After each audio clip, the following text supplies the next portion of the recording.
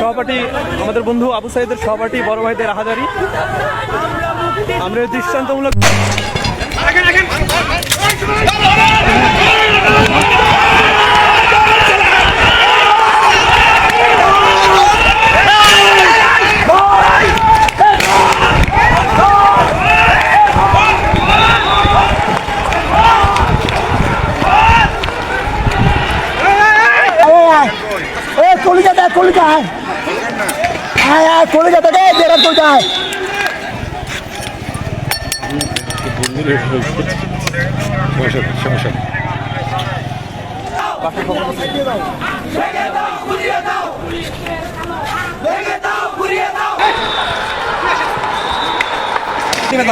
Medical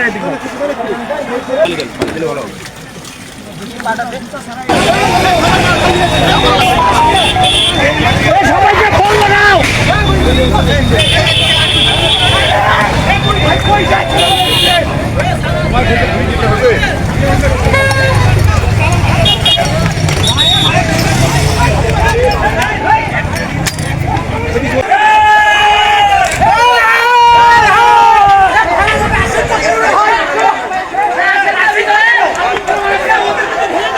তখন বলতে গেলে ত্রিমুখী সংঘর্ষ, ছাত্রলীগ, তারপর হচ্ছে ছাত্ররা এবং পুলিশ।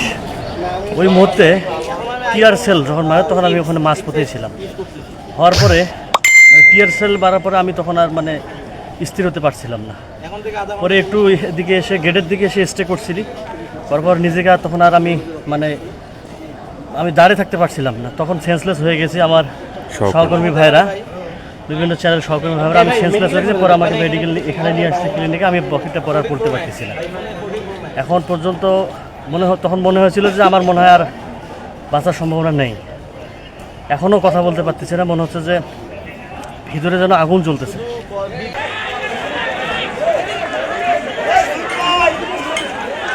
দুই পক্ষের হলো ধাওয়াটা ধাওয়া হচ্ছে। হুট করে ওই পাশ থেকে একটা কাঠ আসে আমার এখানে, আমার সব অনেকে সাংবাদিক আহত হয়েছে।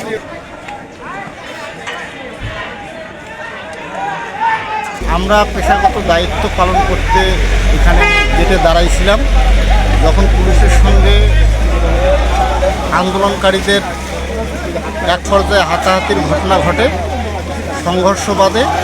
সেই সময় এলোপাথারি